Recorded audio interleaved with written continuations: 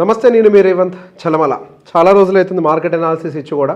So ఈరోజు video market అనాలిసిస్తో పాటుగా డీప్గా మనం సెక్టర్ అనాలిసిస్లో కూడా వెళ్దాం. మనతో పాటు లలితేంద్రనాథ్ గారు కూడా ఉన్నారు. హలో అండి. హలో.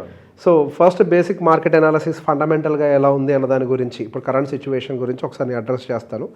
ఫ్రమ్ దేర్ టెక్నికల్గా మీరు sector by sector I just as, నేను ఫండమెంటల్స్ చెప్తాను sector side. So technical side మీరు చెప్పండి. Will club the both. ఈ రెండు క్లబ్ చేయడం వల్ల ఆడియన్స్కి కూడా బెనిఫిట్ అవుతుంది. ఓకే, సో ఫస్ట్ వచ్చేసరికి మన మార్కెట్ కండిషన్ గురించి మాట్లాడదాం. మా లాస్ట్ వీక్ అంతా నేను వీడియోస్ చేయలేకపోయాను. సో గత వారం మార్కెట్లో మనం వీడియో చేసుకున్న టైంలో market will consolidate between 25,500 to 26,000 అని చెప్పేసి మాట్లాడుకున్నాం. సో మార్కెట్లో ఇన్ బిట్వీన్ వాలటాలిటీ కూడా క్రియేట్ అయింది. ఈ volatility like it related to the IT sector. And నాకు తెలిసి ఐటీ సెక్టర్కి సంబంధించిన న్యూస్ వచ్చిన తర్వాత కూడా వీడియో చేసాం. ఆ వీడియో చేసినప్పుడు కూడా మనం క్లియర్గా మాట్లాడుకున్నాం, మన ఐటీ సెక్టార్కి సంబంధించి ఏదైతే న్యూస్ ఫ్లో అవుతుందో అదొక టెంపరీగా మాత్రమే. అప్పుడు కూడా కామెంట్ కరెక్ట్ చేసాం, కామెంట్ పెట్టారు కింద కూడా. ప్రతిదానికి టెంపరీ హిట్ అంటారు. టెంపరీ హిట్ అయింది, టెంపరీ హిట్ అని అంటారు. పర్మనెంట్గా పడిపోద్ది, నాశనం అయిపోద్దని చెప్పారు కదా. సో ఐటీ సెక్టర్కి తగినటువంటి దెబ్బ నేను టెంపరీ హిట్గా మాత్రమే చూస్తున్నాను. గతంలో చెప్పినట్టుగానే సేమ్ స్టాండ్స్ మెయింటైన్ చేస్తున్నాను. IT sector is well prepared for what ever is going to happen in future. ఈ ఏఐ ఏదైతే రీప్లేస్ చేస్తుందని ఒక భయాందోళన ప్రజల్లో ఉన్నాయో అది ఐటీ ఎప్పుడో ప్రిపేర్ అయిపోయింది. దానికి నిదర్శనంగా మనకి జనవరిలో వచ్చినటువంటి వాళ్ళ యొక్క రెవెన్యూ డేటాస్, జనవరి రెవెన్యూ డేటా దాదాపుగా $44 billion నమోదైంది. That was good development. ఆ ఇయర్ కంపారిజన్ 2025 జనవరితో కంపేర్ చేసి there is significant growth in the revenues. At the same time మనకి ఫిబ్రవరిలో కూడా ఒక డేటా కనుక అదే విధంగా ఇంప్రూవ్మెంట్ కనిపించింది అని అంటే అసలు ఐటీ పరంగా మనం భయపడాల్సిన అవసరమే లేదు. సో ఐటీకి ఏదైతే ఇప్పుడు మనం మనకి ఏదైతే వచ్చేసి కంప్లీట్గా కోడింగ్ రాసేస్తుంది అని ఒక భయాందోళన క్రియేట్ చేసిందో ఐ బిలీవ్ ఆల్రెడీ మన ఐటీ కంపెనీస్ దానికి ప్రిపేర్ అయిపోయాయి. ఇన్ఫ్యాక్ట్ సో కాల్డ్ సేఫెస్ట్ జాబ్గా ఫీల్ అవుతారు కదా టీసీఎస్లో జాబ్ వస్తే. వాళ్ళు కూడా జాబ్స్ తీస్తున్నారు. ఎవరైతే అవసరం లేదనుకుంటున్నారో తీసేసి they are also replacing with their AI. So వాళ్ళు కూడా ఆల్రెడీ ప్రిపేర్డ్గా ఉన్నారు. జరగాల్సిన దానికి, జరగబోయేదానికి, జరుగుతున్న దానికి అన్నిటికీ ప్రిపేర్డ్గా ఉన్నారు. సో ఐటీలో ఏదైతే జరుగుతుందో I don't think it will be a bigger impact. అది నిఫ్టీని పెద్ద స్థాయిలో ఇంపాక్ట్ చేస్తుందని అయితే అస్సలు అనుకోవట్లేదు. ఒక టెంపరీ ప్రాబ్లంగా ఉంటుంది. అండ్ ఈ ప్రాబ్లం మేబీ ఇమీడియట్గా పరిగెట్టేస్తుంది, ఆల్ టైమ్ హైంగ్ కొట్టేసుకుంటూ వెళ్ళిపోతుంది నేను చెప్పట్లేదు ఐటీ. బట్ మనం భయపడే స్థాయిలో అయితే ఏమీ లేదు. రీసెంట్గా ఏదైతే లో ఫామ్ చేస్తుందో ఐటీ ఇప్పుడు అక్కడే సపోర్ట్ తీసుకుంది, కొద్దిగా రీట్రేస్ అయింది. అండ్ అదేవిధంగా మనం బ్యాంకింగ్ పాయింట్ ఆఫ్ వ్యూలో చూసినా కానీ కొంత నెగిటివ్ న్యూస్ అయితే కనిపించింది. పర్టికులర్గా బ్యాంక్స్ ఏవైతే అదర్ ఫైనాన్షియల్ ప్రొడక్ట్స్ సెల్లింగ్ అయితే చేస్తూ ఉంటాయో వాటి మీద కొద్ది సీరియస్గా అయితే ఆర్బీఐ స్టేట్మెంట్స్ అయితే కనపడుతున్నాయి. మిస్ సెల్లింగ్ చేయడానికి ఇక మీదట అవకాశాలు లేకుండా చేస్తోంది. సో ఎవరైతే బ్యాంకర్స్ ఉంటారో వాళ్ళు వాళ్ళ కస్టమర్స్కి అదర్ ప్రొడక్ట్స్ని కూడా ఆఫర్ చేస్తూ ఉంటారు. ఒక సేవింగ్స్ అకౌంట్ ఎఫ్డీలు మాత్రమే కాదు, ఇన్సూరెన్స్లు ఆఫర్ చేస్తారు, యూలిప్స్ ఆఫర్ చేస్తారు, మ్యూచువల్ ఫండ్స్ ఆఫర్ చేస్తారు. సో బేసిక్గా వాళ్ళు జస్ట్ ఒక టార్గెట్స్ని ఫుల్ఫిల్ చేసుకోవడం కోసం అని చెప్పేసి ఏ ప్రోడక్ట్ పడితే ఆ ప్రోడక్ట్ని కస్టమర్లకి అంటగట్టేస్తున్నారు. యూజువల్గా మనలాంటి ప్రజలకేంటి, బ్యాంక్ అంటే ఒక ట్రస్ట్. బ్యాంక్ వాళ్ళు ఒక ప్రోడక్ట్ చెప్తే అది నమ్మకంతో కూడుకొని ఉంటుంది. అరే వాళ్ళు చెప్పారంటే కరెక్ట్ అయి ఉంటుందని. కానీ వాళ్ళు దాన్ని ఆ నమ్మకాన్ని అడ్డుగా పెట్టుకొని మిస్సెల్లింగ్ చేస్తున్నారని ఒక కంప్లైంట్స్ రిపీటెడ్గా ఆర్బీఐ దగ్గరికి వెళ్ళడంతో ఆర్బీఐ ఒక హార్ష్ డెసిషన్ అయితే తీసుకుంది. ఇప్పుడు మిస్సెల్లింగ్ కనుక జరిగినట్లయితే పూర్తిగా డబ్బుల్ని రీపే చేయాల్సిన బాధ్యత బ్యాంకుల మీదే వేసింది. అదేవిధంగా ఈ కమిషన్ బేస్డ్ ఏదైతే బిజినెస్ వాళ్ళు చేస్తున్నారో దాని మీద కొన్ని రెస్ట్రిక్షన్స్ పెట్టే ప్రయత్నం ఆర్బీఐ చేస్తుంది. సో కొంతవరకు బ్యాంక్స్కి అది కొద్దిగా గండిపడే అవకాశం అయితే ఉంది. But I don't think so. అది వాళ్ళ యొక్క బిజినెస్లో ఒక చిన్న పోర్షనే, అంటే ఒక చిన్న పోర్షన్కి దెబ్బ తగిలే అవకాశం ఉంది. కానీ ఎంటైర్ బ్యాంకింగ్ వ్యవస్థ కొలాప్స్ అయ్యేంత పెద్ద న్యూస్ అయితే కాదు. బట్ ఇది గుడ్ న్యూస్ దేనికి అని అంటే ఇన్వెస్టర్స్కి మిస్సెల్లింగ్ జరగకుండా ఉండడానికి అయితే అవకాశాలు కనపడుతున్నాయి. అట్ ద సేమ్ టైం మనకి రష్యాకి సంబంధించిన న్యూస్ ఫ్లో చూస్తున్నట్లయితే వాళ్ళు డాలరైజేషన్ అయితే కంప్లీట్గా డిటాచ్ చేసుకునే ప్రయత్నం కూడా చేస్తామని చెప్తున్నారు. అట్ ద సేమ్ టైం వాళ్ళు యూఎస్ ప్రొడక్ట్స్ని కూడా కొద్దిగా అవాయిడ్ చేస్తామని చెప్తున్నారు. సో దీనివల్ల కొద్దిగా గ్లోబల్ అన్సర్టనిటీస్ మళ్ళీ ట్రిగ్గర్ అవుతున్నాయి. దట్ డజంట్ మీన్ అగైన్ మన ఇండియన్ స్టాక్ మార్కెట్ని కుదిపేసేంత పెద్దదైతే కాదు. అది యూఎస్ అండ్ రష్యాకి సంబంధించింది. ఏదైనా ఉంటే కొన్ని అల్లలు తగులుతాయి అంతే, పెద్దతను భయపడాల్సిన అవసరం లేదు. So going further I believe ఇక్కడతోటైతే మార్కెట్ రివ్యూని అయితే ఆపేస్తారు. ఎందుకంటే సెక్టర్లోకి వెళ్ళాలి, అది మోర్ ఇంపార్టెంట్ అది. సో మార్కెట్లో పెద్ద ఎత్తున అయితే వాలటాలిటీ ఉంటుందని నేను బలంగా నమ్మట్లేదు. 25,500 to 26,000 మధ్యలో మార్కెట్ ఇంకా కన్సాలిడేషన్ కంటిన్యూ అవుతుంది ఈ వీక్ అయితే. ఈ వీక్లో వచ్చేటువంటి క్లోజింగ్ని బేస్ చేసుకొని వీక్ అనాలిసిస్ ఎట్లయినా మనం ఒకసారి చేసుకుంటాం. సో ఇన్ బిట్వీన్ మనతో లలితేంద్రనాథ్ గారు ఉన్నారు కాబట్టి, సో బేసిక్గా లలితేంద్రనాథ్ గారు ట్రేడర్. సో బేసిక్గా ఆయన ఈరోజు మన ముందు కూర్చోబెట్టడానికి గల కారణం, ఆయన గోల్డెన్ రేషియో ప్రొఫైల్ అని చెప్పేసి ఒక టూల్ని తయారు చేస్తారు. ట్రేడింగ్ వ్యూలో ఉండేటువంటి ఒక మనం ఇండికేటర్ అంటాం కదా, ఒక ఇండికేటర్ లాగే పనిచేస్తుంది. సో బేసిక్గా నేను దాన్ని ఆల్రెడీ యూజ్ చేస్తున్నాను. సో బేసిక్గా దాంట్లో అనాలిసిస్ కొంచెం ఇంట్రెస్టింగ్గా అనిపించింది. సో ఇప్పుడు నేను ఫండమెంటల్గా అనలైజ్ చేసినప్పుడు, నేను ఎంతసేపటికి చెప్పినప్పుడు ఫండమెంటల్ అనాలిసిస్ ఎక్కువ చెప్తున్నాను, ఈ సెక్టర్ ఇలా ఉంటుంది అని. ఇప్పుడు దాన్ని కొద్దిగా టెక్నికల్గా కూడా మనం యాడ్ చేస్తే ఇప్పుడు మీకు ఇంకొంచెం బెటర్ ఓవర్ వ్యూ వస్తుందనే ఉద్దేశంతో ఇప్పుడు నేను వన్ బై వన్ ఒక్కొక్క దాని గురించి మాట్లాడుకుంటూ వస్తాను. First Nifty point of view గురించి మాట్లాడదాం. సో నిఫ్టీ నా ఫండమెంటల్ అనాలిసిస్ ప్రకారం నిఫ్టీ 25,000 or 24,500 ఏది లాంగ్ టర్మ్ పర్స్పెక్టివ్లో ఈ రేంజ్ అసలు డౌన్ సైడ్ బ్రేక్ చేయదు. ఒకవేళ దానికి మూమెంటం వస్తే అప్ సైడ్ వస్తుంది కానీ డౌన్ సైడ్ రాదని బలంగా నమ్ముతున్నాను. టెక్నికల్ అనాలిసిస్ పాయింట్ ఆఫ్ వ్యూలో లలితేంద్రనాథ్ గారు ఏం చెప్తారో చూద్దాం. నిఫ్టీ పాయింట్ ఆఫ్ వ్యూ మీదేంటి లాంగ్ టర్మ్లో? 24,400 అనేది స్ట్రాంగ్ సపోర్ట్ అండి. Strong support. సో నేను 24,500 అనుకున్నా, మీరు 24,400 అంటున్నాను. Right, yeah. సో 24,400 బ్రేక్ అయ్యేంత వరకు కూడా మార్కెట్లో ప్యానిక్ సిచ్యువేషన్స్ లేవు. ఓకే. అసలు ఈ 24,400 బ్రేక్ అవ్వాలి అంటే ఇంకా అసలు అది మనం ఊహించని స్థాయిలో న్యూస్లు ఏదన్నా వస్తే తప్ప అది అసంభవం అది. ఓకే, అంటే ఇప్పుడు ఉండేటువంటి అసలు పరిస్థితిలో జరగదు, ఏదైనా పెద్దది జరగాలి. ఓకే. సో ఎటు నుంచి ఎటు సైడ్ చూసుకున్నా మార్కెట్ అనేది ప్రీవియస్ హైస్ 26,300 ఏదైతే ఉందో, సో ఈ క్వార్టర్లో 26,490లో ఉంది రెసిస్టెన్స్, అరౌండ్ 500లో. సో 26,500 పైన మళ్ళీ మనకి ఒక అగ్రెసివ్ మూవ్మెంట్ అంటే బయింగ్ మూవ్మెంట్ వచ్చే ఛాన్స్ ఉంది. ఓకే. 26,500 పైన. ఓకే. సో అది బ్రేక్ అయ్యే లోపు ఈ లోపు మార్కెట్ కన్సాలిడేషన్ మోడ్లో ఉంటుందే తప్ప ఓకే పానిక్ సెల్లింగ్ అయితే అసలు లేదు. పానిక్ సెల్లింగ్ అయితే జరగదు. అయితే గీతే మనకి ఒకవేళ ప్రాబబిలిటీ అంతా ఫేవర్ చేస్తే అప్ సైడ్ మూమెంటంకి ప్రాబబిలిటీ ఎక్కువగా కనపడుతుంది. సో డౌన్ సైడ్ అయితే భయపడాల్సిన అవసరం లేదు ఇన్వెస్టర్స్ పర్టికులర్గా. ఖచ్చితంగా. సో మిడ్ క్యాప్ పరిస్థితి ఏంటి? ఇప్పుడు మిడ్ క్యాప్ పాయింట్ ఆఫ్ వ్యూలో ఇప్పటి వరకు మనకి నిఫ్టీ పాయింట్ ఆఫ్ వ్యూలో మాట్లాడుకున్నాము. మిడ్ క్యాప్ నిఫ్టీతో పాటుగా ర్యాలీ అయింది. నేను ఫండమెంటల్గా ఆలోచిస్తున్నప్పుడు మిడ్ క్యాప్స్ రీసెంట్గా when compare to small cap, mid cap కొద్దిగా బెటర్గా ర్యాలీ అయింది కాబట్టి, అండ్ దాని యొక్క నెంబర్లు అంటే కంపెనీలు ఇచ్చినటువంటి నెంబర్స్ ఏవైతే క్వార్టర్లీ నెంబర్స్ ఏవైతే పోస్ట్ చేస్తున్నాయో ఇప్పుడు మిడ్ క్యాప్ని ఎక్కువగా సపోర్ట్ చేయట్లేదేమో అని ఫండమెంటల్గా నేను అనుకుంటున్నాను. సో మిడ్ క్యాప్తో కంపేర్ చేస్తే మనకి నిఫ్టీ కానీ స్మాల్ క్యాప్ కానీ బెటర్గా ర్యాలీ అవ్వచ్చేమని చెప్పేసి నేను అనుకుంటున్నాను ఎక్కువగా. సో మిడ్ క్యాప్ మీ అనాలిసిస్ ప్రకారం ఎలా ఉంది? మిడ్ క్యాప్ అనేది ప్రెసెంట్ మంచి రేంజ్ బౌండ్ మార్కెట్లో ఉంది. ఓకే. సో మనం నిఫ్టీతో కంపారిజన్ చేసుకుంటే నిఫ్టీ అనేది మనకి ప్యానిక్ సెల్లింగ్ లేదు కాబట్టి సో మిడ్ క్యాప్ ఫర్దర్గా పాజిటివ్గానే ఉంటుంది. అండ్ ఈ రేంజ్ బ్రేక్అవుట్ కనుక బ్రేక్ అయితే అప్కమింగ్ మిడ్ క్యాప్ ఇన్వెస్టర్స్కి చాలా బాగుంటుంది, చాలా బ్యూటిఫుల్గా. మిడ్ క్యాప్లో మంచి రిటర్న్స్ వస్తాయి. స్మాల్ క్యాప్తో కంపేర్ చేస్తే స్మాల్ క్యాప్ నా ఫండమెంటల్ అనాలిసిస్ మాత్రం వాల్యుయేషన్ పరంగా మొన్నటిదాకా బాగాలేదని చెప్పా, ఇప్పుడు నేనే చెప్తున్నా వాల్యుయేషన్స్ పరంగా it looks attractive. So fundamental I believe small cap is good. So టెక్నికల్గా ఎట్లుందో ఇప్పుడు సార్ చెప్తారు. కంపేర్ చేయండి, మిడ్ క్యాప్తో కంపేర్ చేయండి, నిఫ్టీతో కంపేర్ చేయండి, స్మాల్ క్యాప్ ఎలా ఉంది అంటే. మిడ్ క్యాప్తో కంపారిజన్ చేస్తే స్మాల్ క్యాప్ అనేది ఇంకా పుంజుకోలేదు. ఓకే. పూర్తి స్థాయిలో పుంజుకోలేదు. Okay. But so mid cap నాకు టెక్నికల్గా ఏంటంటే మిడ్ క్యాప్ అనేది చాలా అట్రాక్టివ్గా కనిపిస్తుంది. ఓకే. స్మాల్ క్యాప్ అనేది ఏంటంటే కొంచెం వీక్గానే కనిపిస్తుంది. ఓకే. సో మనకి 15,680 ఓకే ఎగ్జాక్ట్గా. ఓకే. 15,680 పైన సస్టైన్ అయినంత వరకు స్మాల్ క్యాప్ మళ్ళీ మనకి వెళ్తుంది. ఓకే. అంటే మనకి అక్కడ ఒక హయ్యర్ లో కూడా ఫామ్ అయిపోయింది కాబట్టి okay according to the market trend positive ట్రెండ్లో ఉంది. ఓకే. బట్ అయినప్పటికీ మనం స్టాప్ లాస్ అనేది పెట్టుకోవాలి కాబట్టి 15,680 ఇస్ ద ప్రాపర్. సో పెద్దగా ఏం లేదు, గట్టిగా ఒక 2% రేంజ్ అనుకుంటా. అంతే 2% రేంజ్లో స్టాప్ లాస్ ఉంది. Stop loss. సో మీరు ఫస్ట్ ర్యాంక్ ఇస్తే దేనికి ఇస్తారు టెక్నికల్గా ఇప్పుడు ఈ మూడిట్లో? మిడ్ క్యాప్ బాగుంది. ఫస్ట్ మిడ్ క్యాప్కి ఇస్తారు, సెకండ్ నిఫ్టీ. అంటే నిఫ్టీ మిడ్ క్యాప్ రెండు ఈక్వల్గా ఉన్నాయి. స్మాల్ క్యాప్ కొంచెం స్ట్రగుల్ అవుతుంది.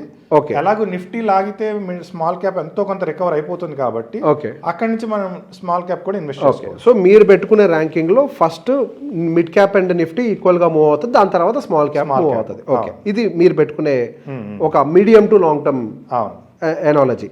సో దీనికి నేను పెట్టుకునే ఎనాలజీ, నేను ఇక్కడి నుంచి నమ్మేది small cap will recover, Nifty and mid cap will follow by. Okay. So 1, 2, 3 ఇది నేను పెట్టుకుంది. ఓకే. నెక్స్ట్ వచ్చేసరికి ఐటీ గురించి మాట్లాడదాం. ఐటీకి సంబంధించి చాలా ప్రాబ్లమ్స్ కనపడుతున్నాయి. ఏఐ ప్రపంచవ్యాప్తంగా ఐటీ అంతా బాగానే ఉన్నట్టుగా కనిపిస్తుంది. ఏఐ మార్కెట్ అంతా యూఎస్లో మంచి బూమింగ్ ఉంది, స్టాక్ మార్కెట్స్ని ర్యాలీ చేసింది.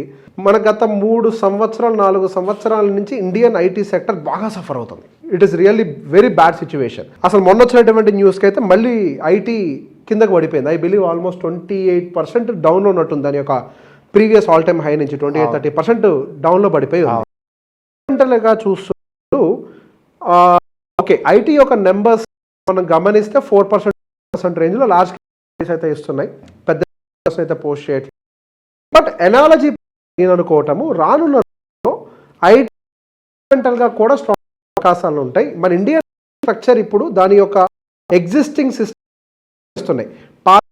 ఎవరైతే వీళ్ళు ఏఐ టెక్నాలజీని అడాప్ట్ చేసుకోవాలనుకుంటారో దానికి పనికిరాని వాళ్ళందరూ ఎవరైతే దాన్ని అడాప్ట్ చేసుకోవాలో ఉన్న ఎంప్లాయీస్ని అందరినీ తీసుకు ఫ్రెష్ ఉండే మైండ్స్ని మళ్ళీ అందులోకి వస్తూ ఇప్పుడు ఏ గ్లోబల్గా ఉండేటువంటి ఉందో దానికి ఇండియన్ ఐటీ సిస్టమ్ చేస్తుంటున్నాను. ఇమీడియట్ ఐటీ పెద్ద పోయినప్పటికీ ఇప్పుడుండేటువంటి ఐటీ అక్యుములేషన్ కాంట్రాబెట్ కింద మంచి అక్యుములేషన్ అని భావిస్తున్నా. మీటే సో మనకి 2024, 2026 3 సంవత్సరాలను ఒకటే ప్రైస్ దగ్గర తీసుకుంది మార్కెట్. ఎస్. సో ఇప్పుడు థర్డ్ టైం సపోర్ట్ రికవరీ మోడ్లో పూర్తిగా రికవర్ అవ్వడానికి ట్రై చేస్తుంది. సో ప్రెసెంట్ ఇప్పుడు మనకి అది 33,000 రేంజ్లో ట్రేడ్ అవుతుంది. ఓకే. సో నిఫ్టీ బ్లాస్ట్ అవ్వాలి అంటే 40,000 బ్రేక్ అయితే ఇంకా నిఫ్టీ మళ్ళీ చూడాల్సిన వెనక్కి తిరిగి చూడాల్సిన అవసరం. సారీ నిఫ్టీ ఐటీ మళ్ళీ 40,000 బ్రేక్ చేస్తే ఓకే మంచి ర్యాలీ మనం ఎక్స్పెక్ట్ చేయొచ్చు. నిఫ్టీ ఐటీ 40,000 బ్రేక్ అవటం అని అంటే ప్రీవియస్గా ఏదైతే స్వింగ్ ఉందో దాని యొక్క హైని బ్రేక్ చేయాలి. ఓకే. సో యాక్చువల్గా హై వచ్చేసి మనకి అరౌండ్ 46లో ఉంది. ఓకే. సో మనకు ఇప్పుడు ఏంటంటే 40,000 పైన it looks good. Okay. Okay. Condition.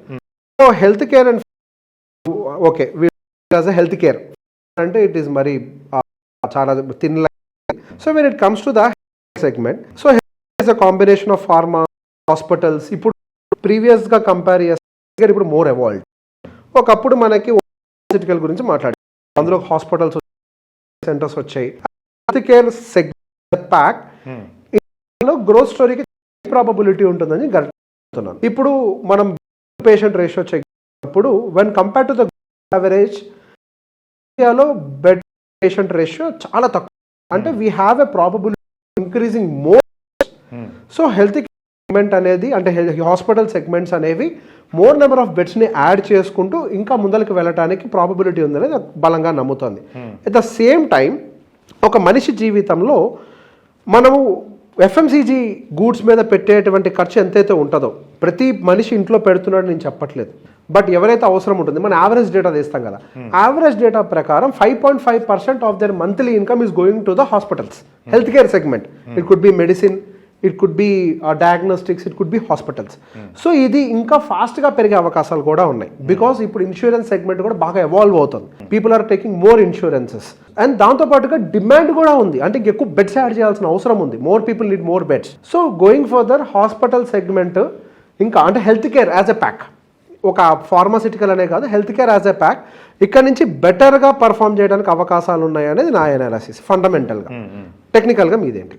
So టెక్నికల్గా మనకి 2025లో 13,500కి బిలో వచ్చి అంటే అక్కడ ఒక చిన్న సపోర్ట్ బ్రేక్అవుట్ జరిగి మళ్ళీ వెంటనే రికవర్ అయిపోయింది. 2025లోనే మనకి రికవర్ అయిపోయింది, వెంటనే రికవర్ అయింది.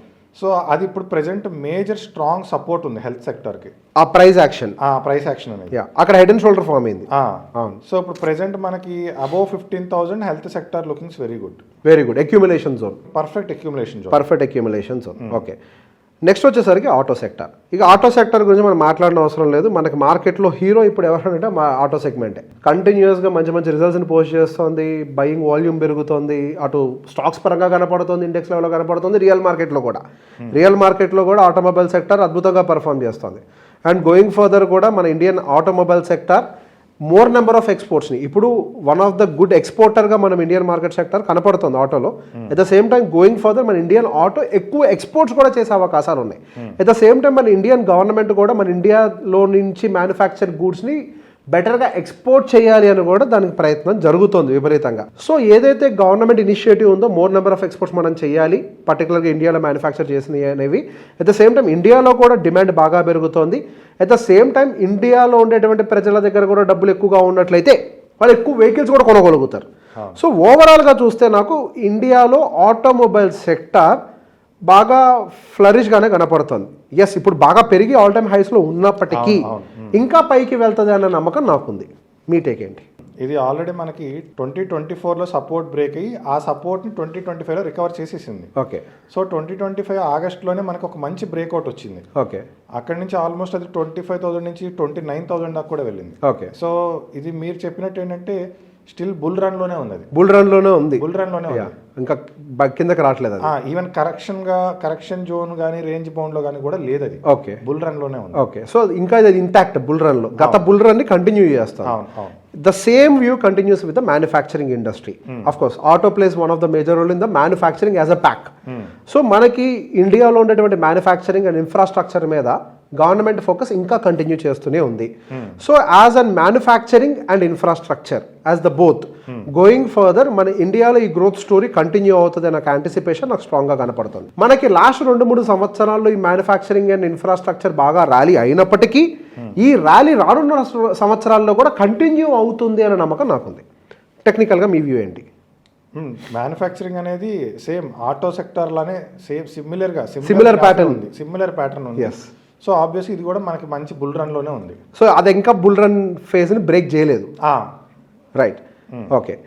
When it comes to the services segment, ఇప్పుడు ఒకప్పుడు మన India is more dominated by manufacturing and infra. Later on ఏమైంది అని అంటే service sector started dominating in terms of GDP.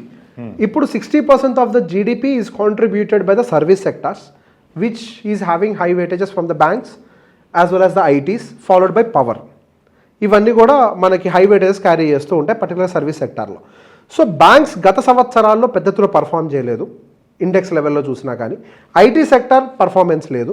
So రానున్న రోజుల్లో మనకి NBFC and banks and IT sector rally అవ్వటానికి అవకాశం ఉంది అని ఒక బలమైన నమ్మకంతో సర్వీస్ సెక్టార్ యొక్క గ్రోత్ పెద్ద ఎత్తున ఉంటుంది అని గట్టిగా నమ్ముతున్నాను. మీ టేక్ ఏంటి టెక్నికల్గా? సర్వీస్ సెక్టర్ కూడా ప్రెసెంట్ మనకి అంటే బుల్ రన్ లో ఉండి జస్ట్ కన్సాలిడేషన్ అవుతుంది. ఓకే. బట్ ఆ కన్సాలిడేషన్ అనేది ఏంటంటే లైక్ దాని కన్సాలిడేషన్ అనకూడదు, అక్యుములేషన్ అనాలి. ఓకే. అక్యుములేషన్ ఫర్దర్ బ్రేక్అవుట్ కోసం అక్యుములేషన్ కే ఉంది కానీ ఓకే అసలు నాట్ ఈవెన్ కన్సాలిడేషన్ కూడా కాదు, అక్యుములేషన్ లో ఉంది. అక్యుములేషన్ ఉంది. సో అక్యుములేషన్ కంప్లీట్ అయితే there will be a breakout. So maybe మనం అనుకున్నట్టుగా ఐటీ గనక బ్రేక్అవుట్ అయింది అని అంటే IT and banking both together will pull the service sector to the up side. So when you take ఇప్పుడు మీకు 3 కంపారిజన్లు చెప్తా. బ్యాంకింగ్ అనేది ఒక బ్రాడర్ పేరు. ఓకే. అందులో ఎన్బిఎఫ్సీలు క్లబ్ కూడా ఉంటాయి. ఓకే. ఎన్బిఎఫ్సీలు అవన్నీ కూడా ఉంటాయి మనకి ఆ బేసిక్ ఫైనాన్స్ సెగ్మెంట్ అని అంటే. సో నేను పర్టికులర్గా when compared to the bank Nifty, okay, Nifty finance will take the major role అని చెప్పి నేను అనుకుంటున్నా. Because Nifty finance is a combination of NBFCs also. Bank నిఫ్టీలో మహా ఉంటే కొన్ని ఉంటాయి, అది కూడా హెవీ వెయిట్సే ఉంటాయి. సో మీకు బ్యాంక్ నిఫ్టీ నెక్స్ట్ ర్యాలీకి ప్రిపేర్డ్గా ఉందంట అనుకుంటున్నారా టెక్నికల్గా, లేకపోతే ఫైనాన్స్ అనుకుంటున్నారా? నేనైతే ఫైనాన్స్ని ఎక్కువ బెట్ చేస్తున్నా. సో బ్యాంక్ నిఫ్టీ ఫైనాన్స్ రెండు సేమ్ ప్యాటర్న్లో ఉన్నాయి. ఓకే. సో మీరు ఫైనాన్స్ బ్రేక్అవుట్ అని చెప్పినా బ్యాంకింగ్ సెక్టర్ బ్రేక్అవుట్ అన్నా రెండు ఈక్వల్గానే ఉన్నాయి ఇక్కడ. ఓకే. సో అంటే రిలవెంట్ మూమెంటమే కనిపిస్తుంది కానీ పెద్ద మూమెంట్ రావడానికి దీనికి ప్రాబబిలిటీ ఉంది. బ్యాంకింగ్ ఎక్కువ ఉంటుంది, బ్యాంక్ నిఫ్టీకి ఎక్కువ ప్రాబబిలిటీ కనిపిస్తుంది. So here we're betting on the other side. నేను ఫైనాన్స్ అనుకున్నా, మీరు బ్యాంకింగ్. అంటే నేను ఫైనాన్స్ పెరగదని చెప్పను, ఫైనాన్స్ పెరుగుద్ది కానీ పెద్ద మూవ్ దేనికి వస్తుంది? పెద్ద మూవ్ అనేది నేను బ్యాంకింగ్ ఎక్స్పెక్ట్ చేస్తున్నాను. Bank Nifty will take the major role. Okay. Right. So majority of the sectors అన్ని కూడా ఇండస్ట్రీలో కవర్ చేశాను అనుకుంటున్నాను. Most probably this video will help all our viewers. So going further ఇట్లాంటి టెక్నికల్ వర్సెస్ ఫండమెంటల్ ఈ డిబేట్ని అయితే కంటిన్యూ చేసే ప్రయత్నం చేస్తాము. Thanks for watching the video.